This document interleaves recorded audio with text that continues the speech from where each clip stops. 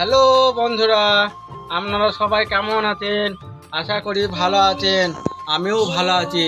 তা আগের ভিডিওটি ছিল ময়দা লাগানো, ময়দা মাখানো, ময়দা গুটি কাটা।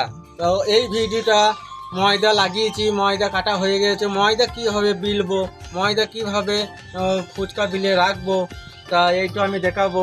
আপনারা দেখতে থাকুন, সঙ্গে থাকুন। তা চলে আসেন, দেখুন ময়দা কীভাবে আমি লাগাইছি, কীভাবে বানাইছি। তা ফুচকা তৈরি করছি। ময়দা গুটি কাটা হয়ে গেছে। এই যে ময়দা গুটি কাটা হয়ে গেছে, এটা ময়দা গুটি কাটা হয়ে গেছে। এই রকমের বস্তা 3-4খানা বস্তা নেবো, একটা ছোট পাইপ নেবো, বেল্লা নেবো, পাইপ বেল্লা যা বলবেন, একটা ছোটো পিঁড়ে নেবো।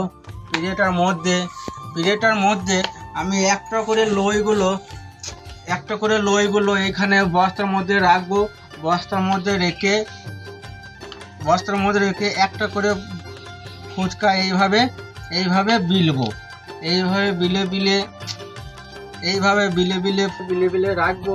তা অবশ্যই যদি ভালো লাগে, তা দেখতে তা এই ভিডিওটা যদি ভালো লাগে দেখতে থাকুন, সঙ্গে থাকুন। এইভাবে ফুচকাগুলোকে বিলে পরপর রাখবো, আবার যেন ভালো করে বেলা হয়, আর যেন ফুচকাগুলোকে না লেগে যায়। এইভাবে বিলে একটা এইগুলো লইগুলো সব কাটা হয়ে গেছে দিয়ে এইভাবে বিলে রাখবো। এই বন্ধুরা এইভাবে ফুচকাগুলো বিলতে রেখে দেবো, একটা করে ভালো করে নেবো। এই যে ফুচকা বেলা হয়ে গেল, এইভাবে ফুচকাগুলো বিলে রাখবো। এইভাবে এই যে ফুচকা বেলা হয়ে গেল, 1 বস্তা 2 বস্তা ফুচকা বেলা হয়ে গেল, 1 বস্তা 3 বস্তা ফুচকা। তা আপনারা যদি পছন্দ করেন ঘরে বানাইতে পারেন। আমার একটা দোকান আছে, আমি আজ 8 বছর ধরে ফুচকা ব্যবসা করি। তা আপনারা যদি বানাইতে চান এইভাবে বানাবেন। আমি পরের ভিডিওতে আবার জানিয়ে দেবো কীভাবে ফুচকাটা ময়দা ভাজা হবে বেলা। তো ফুচকাটা এইভাবে বিলে দিয়ে আমাদের অলরেডি বেলা হয়ে গেল। এবার পিড়ে বেলা দরকার নেই তো, এবার আমরা ফুচকা দিয়ে ভাজবো গা। আমাদের আকাশ ধরিয়ে দিয়েছে। এবার আমাদের ফুচকা বেলা হয়ে গেছে। এবার একটা পাটা নেবো, পাটার মধ্যে ফুচকাটা এইভাবে লাইন করে চাপাবো, যাতে ফুচকাটা লেগে না যায়।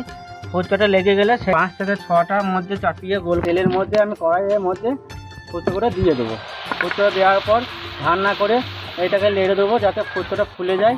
সেইভাবে ফুলে গিয়ে আবার ফুচকাটাকে উল্টে দেওয়ার পর ফুচকাটাকে এইভাবে ছেঁকে নেবো ভালো করে, যাতে লাল না হয়। দিয়ে এর মধ্যে রেখে দেবো।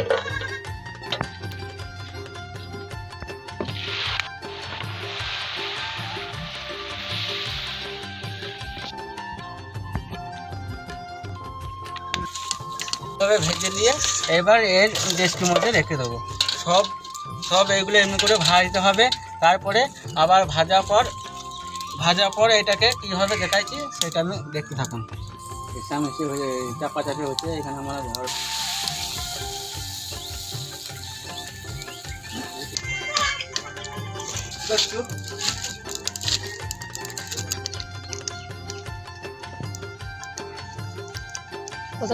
এইভাবে পাটাতে ফুচকাটা চাপিয়ে নেবো, মানে তেলটা এসে থাকে, তেলের মধ্যে ছেড়ে দেবো ফুচকাটাকে, যাতে লেগে না যায়। লেগে গেলে ফুচকাটা ফুলবে না। তার জন্যে একদিকে হয়ে গেলে উল্টিয়ে দেবো। আর আমাদের আটাতে হচ্ছে এখন এই ঘর ভেঙে দিয়েছি। ঘর হচ্ছে আমাদের এখানে চাপাচাপি হচ্ছে। তার জন্যে আমরা এখন আঁকাতে করছি। আঁকাতেই ফুচকাটা হয়। আর ওখানে ঘেঁষামেশি হচ্ছে, কোনো কিছু সেরকম ব্যবস্থা নেই। আপনারা এখানে আশীর্বাদ করেন যাতে আমি এগোতে পারি। আমার আজকে ব্যবসা 8 বছর ধরে হচ্ছে, আমি ফুচকা করি। তাই ফুচকা যেন ভালোভাবে চলে, আরও যেন চলুক। আমার এই ব্যবসার উপরই সব নির্ভর। ফুচকাটা ফুলে যেতে, যে ফুচকাটা ফুলবে না, সেই ফুচকাটা আমরা না ফুললে পরে সেটা কি করি, তা সেই শর্ট ভিডিওতে আমরা দেখাবো। এইগুলো ফুলে না গো, এইগুলো ক্যাট মানে পাউরি, এগুলো ফুলে না গো, সেইগুলোকে আমরা অন্য ফুচকাতে আমরা এই ক্যাট ফুচকাটা অন্য কাজে লাগাই। তাই সেই ক্যাটটা ফুচকাটা অন্য কাজে লাগাই, সেটা আমাদের দেখাবো অবশ্যই সামনের ভিডিওতে। এক নাইটি ফেটে গেল, চাপানো হয়ে গেলো, আর নেই কেউ বস্তার মধ্যে।